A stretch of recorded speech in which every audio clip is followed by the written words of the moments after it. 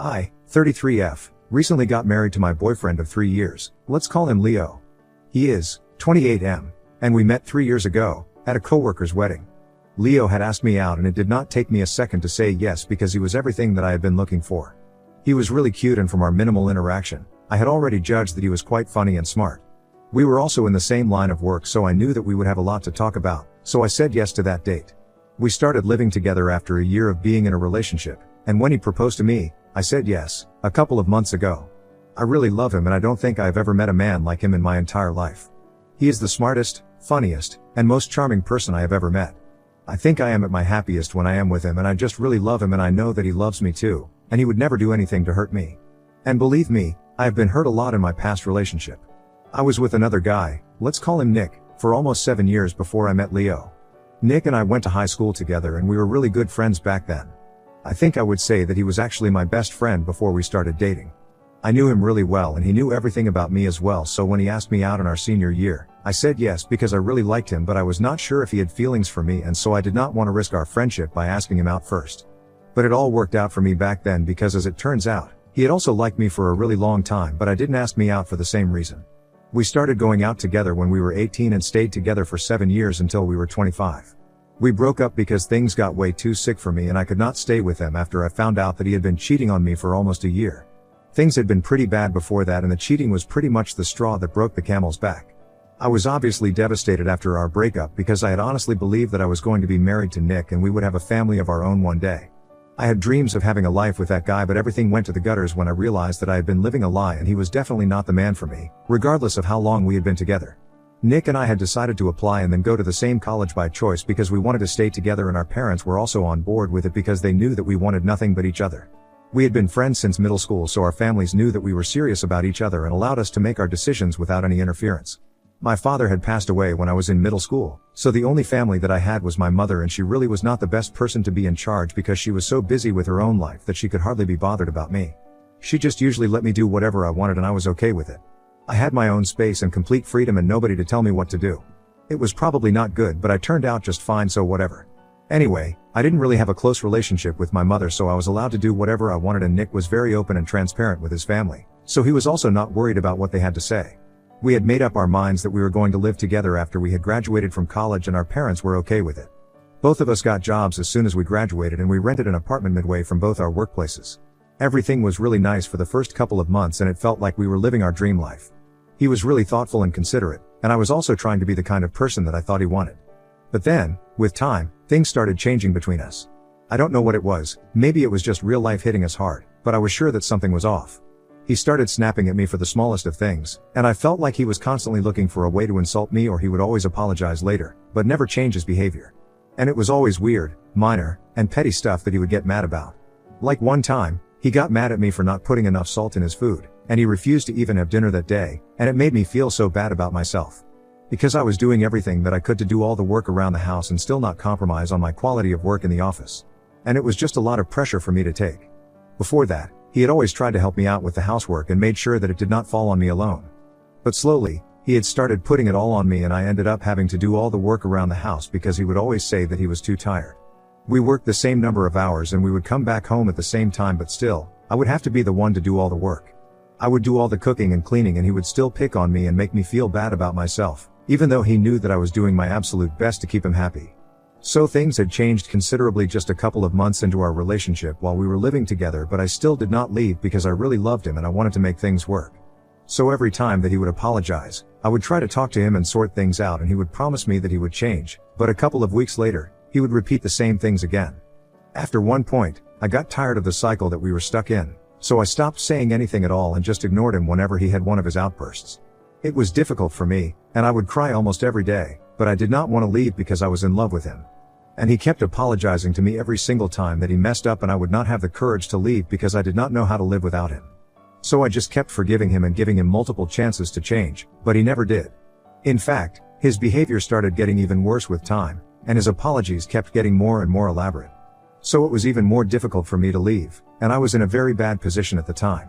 I know that a lot of you might be judging me and thinking that I was a coward and that I should have just left if things were so bad, but I think anybody who has been in a relationship like that would know that it's really not that easy.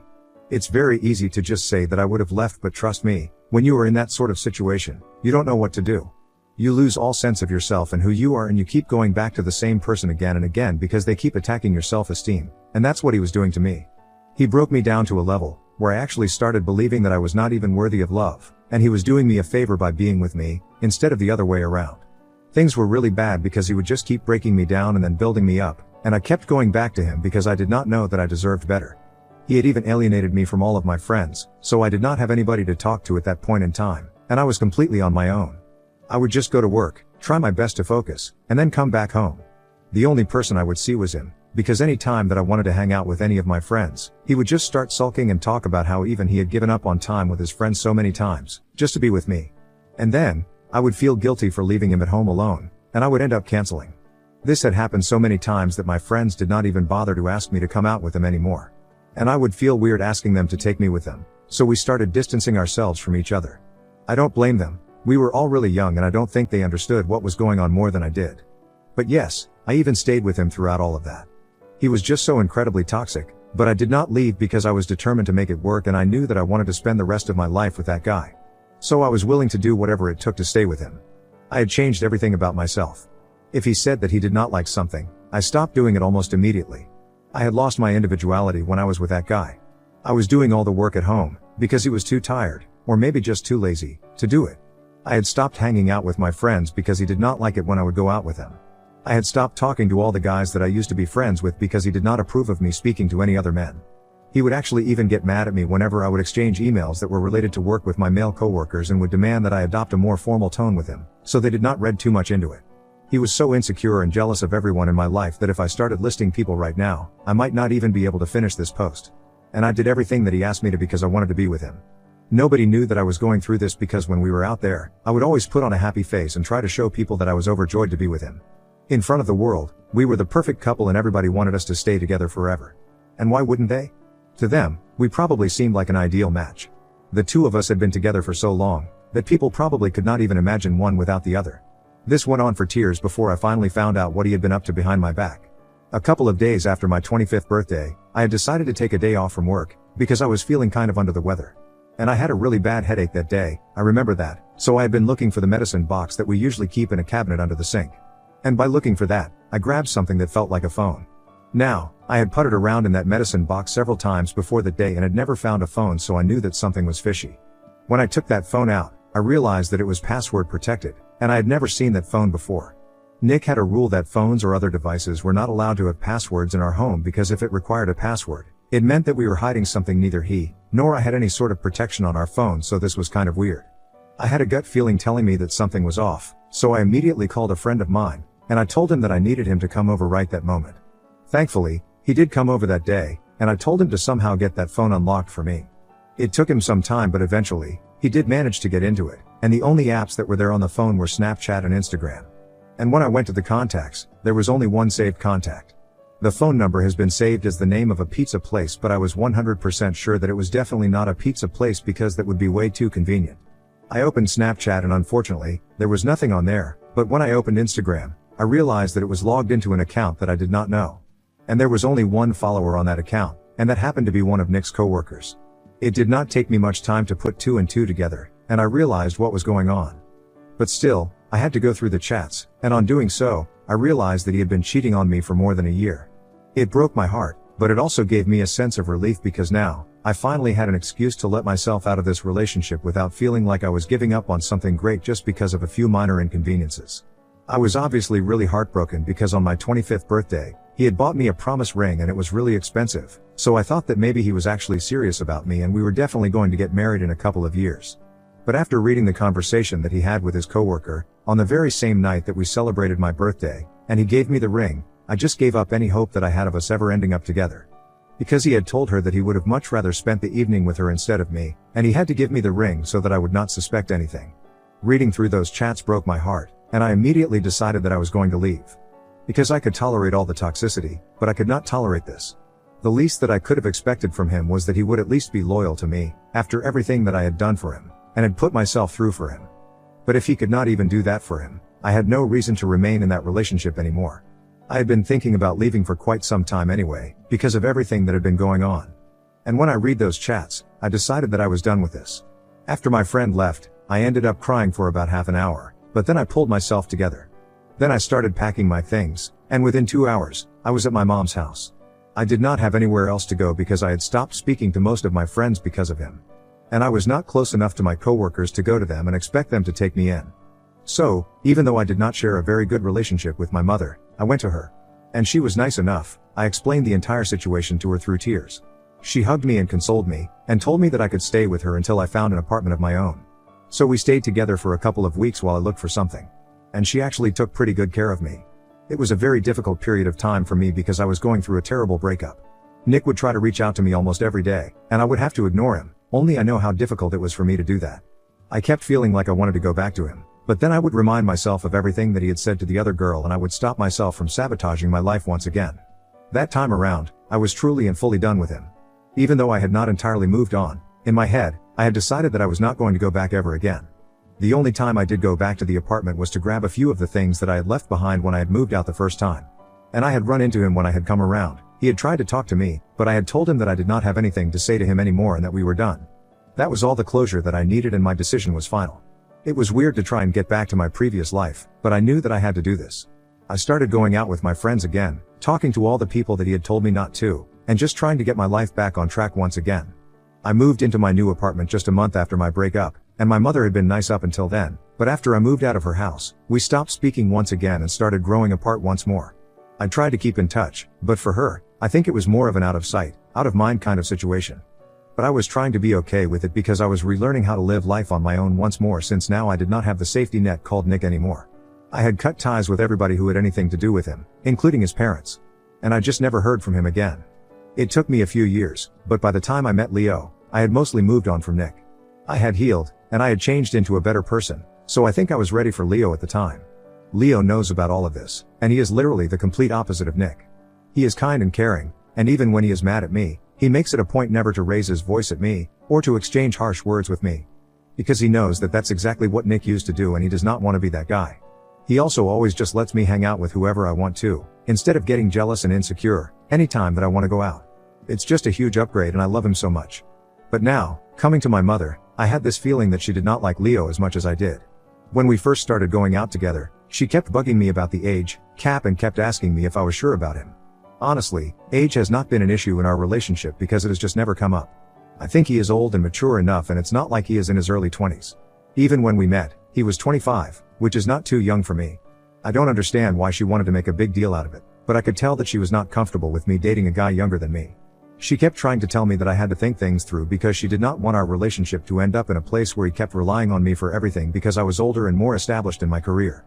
I did not say it to her face, but I did not think I wanted to take relationship advice, or even career advice, from a woman who was dating a serial cheater, and had quit everything to be with her husband. So about that, when I was in my third year of college, my mother married my stepdad.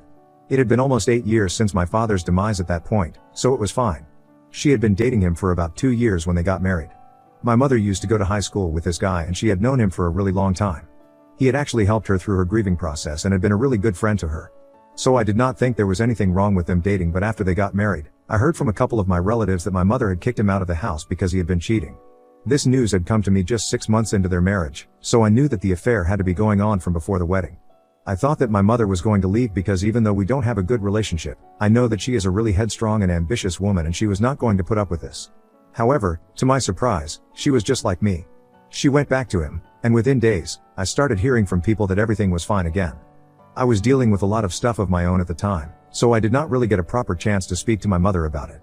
But I did ask her, a couple of times, if everything was right between her and my stepdad. And every time, she would just tell me that it was fine, and it was just a little snag that they had hit in their marriage, but they were trying to work things out. I kept hearing from relatives and family friends about fights that they would have, and how my mother would call them up crying after every fight because he was constantly flirting with other women, right in front of her occasionally, and how terrible he made her feel. And they would come to tell me all of this, but I could not help her because I was just going through so much of my own at the time. It was a pattern. She would feel bad about the way that he would behave with other women, and she would start crying and call up other people. They would tell me about it, but I would not be able to do anything, and then she would just go back to him and forgive him for everything.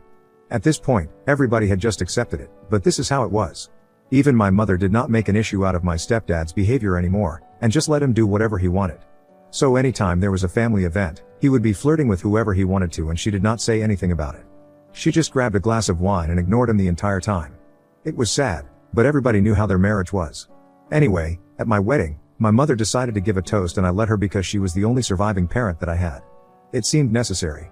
And during her toast, she cracked a couple of jokes about my past relationship with Nick. I don't know why she did that or why she thought it would be funny. But it was actually really mortifying, and I was not comfortable with it. She did not even think it was necessary to run the speech by me first when she was saying stuff about such sensitive matters. And there were people there who did not even know about any of this, like some people from Leo's family. She said things like, "I hope this marriage turns out better than the one that you had planned with Nick. And that she hopes that this time, she won't have to deal with me running to her after we break up because she's too old to take care of me like a child now." By the end of her little speech, I was so upset that I said something that I probably should not have. I told her that everybody knows about the way that my stepdad treats her, how he flirts around with every woman who breathes, and how he has been cheating on her ever since they were married. And how she just allows him to get away with it because she is so scared of being alone and is desperate to be loved by somebody. So instead of commenting on my relationships, she should probably just focus on her own marriage. That really shut her up, and in order to defuse the situation, Leo called everybody to the dance floor, and it was kind of awkward for a while, but people tried to move on from that. Except for my mother. She and my stepdad left the venue immediately, and we did not hear from them until a couple of days ago. She told me that she had been really insulted by what I had said and that it was completely uncalled for. And now, she wants me to publicly apologize to her for what I said, and take it back because she does not approve of my behavior. I could tell that she was upset, but I did not think that I said anything out of line. Whatever I said was in response to what she said. And when I told her that, she started crying and said that I was her only daughter and that she had expected me to be a little more understanding of her and her humor. She said that she had just been joking, but I had really hit a nerve with what I said. I asked her why she had such a problem with it because everybody in the family already knew about her relationship with my stepdad.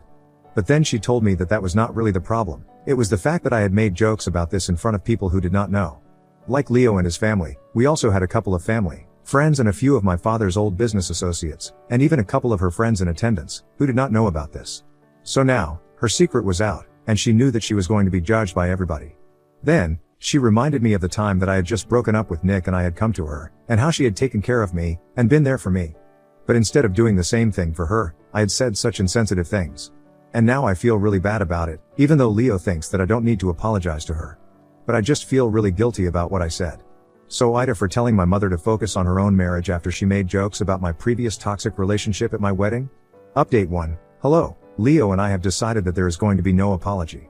After reading the comments, I realized that I was being stupid and sensitive again. Obviously, I don't owe an apology to the woman who never bothered to build a relationship with me and then thought that she could attend my wedding and start making jokes about my previous toxic relationship. That was crazy. She knew that I did not like talking about Nick, or anything to do with him, and yet, she had brought him up on the most important day of my life, my wedding day. This was a fresh start for me, and she had an opportunity to be a good mother to me. Maybe she had been there for me when I broke up with Nick, but I think that's pretty much the bare minimum that she could have done for me. I don't owe her any apology, and I think I'm gonna block her so that she does not reach out to me anymore. Thank you so much for the advice, guys. And also for all the good wishes. Leo and I are really happy and thankful from the bottom of our hearts for all the support that you guys have shown us. Update 2. I have cut my mother out of my life. I have blocked her on every social media platform, and her phone number as well. It was difficult because, after my father, she was the only parent that I had. So even though we were not close, I did have an emotional bond with her. But that's gone now because evidently, I am not a priority for her. And I'm fine with it. I do have people in my life who will treat me better than her, Leo, and his family definitely do. And that is enough for me. I do not need to go back to the people who have mistreated me in the past, just because I'm used to it. I'm not going down that road again. Update 3. Hi guys. So it has been 6 months since I got married and I just thought I would update you guys on how everything has been going. Leo and I are super happy. We just came back from a long honeymoon. We were not able to go immediately after our wedding because we had a lot of work to catch up on. But we finally went on our honeymoon a couple of weeks ago and it was super relaxing and fun. I have also not been in touch with my mother for these past 6 months and she has been going around, telling everybody how much she has done for me and how ungrateful I am. But it does not matter to me, because everybody in the family knows that what I said, at the wedding that day, was all true, and I would not even have said any of that, had she not been joking about my trauma. So it was just for that, as simple as that. But anyway, I don't want to spoil the vibe right now by talking about my mother. The bottom line is, that Leo and I are happy, just like I had believed that we would be. And I am actually pretty grateful for the way that things turned out for me. My mother can go take a hike.